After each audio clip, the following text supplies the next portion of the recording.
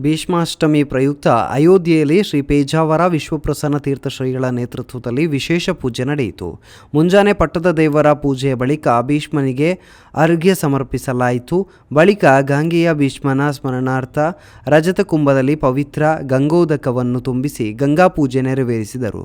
ನಂತರ ಮಠದಿಂದ ಶಿಷ್ಯರು ಭಕ್ತರ ವಿಷ್ಣು ಸಹಸ್ರನಾಮ ಪಾರಾಯಣದೊಂದಿಗೆ ಮೆರವಣಿಗೆಯಲ್ಲಿ ಗಂಗೆಯನ್ನು ಅಯೋಧ್ಯೆ ರಾಮಮಂದಿರದ ಯಾಗಶಾಲೆಗೆ ತರಲಾಯಿತು. ಅಲ್ಲಿ ವೈದಿಕರಿಂದ ವಿವಿಧ ಹೋಮ ಹವನಗಳು ಹಾಗೂ ಶ್ರೀಗಳಿಂದ ಕಲಶಾರಾಧನೆ ಕಲಶ ಪೂಜೆಗಳನ್ನು ನೆರವೇರಿಸಿ ಶ್ರೀ ಬಾಲರಾಮನಿಗೆ ಗಾಂಗೆಯ ಭೀಷ್ಮಾಚಾರ್ಯರ ಪ್ರೀತ್ಯರ್ಥವಾಗಿ ಗಂಗಾಭಿಷೇಕ ನೆರವೇರಿಸಿ ಪ್ರಾರ್ಥನೆ ಸಲ್ಲಿಸಲಾಯಿತು.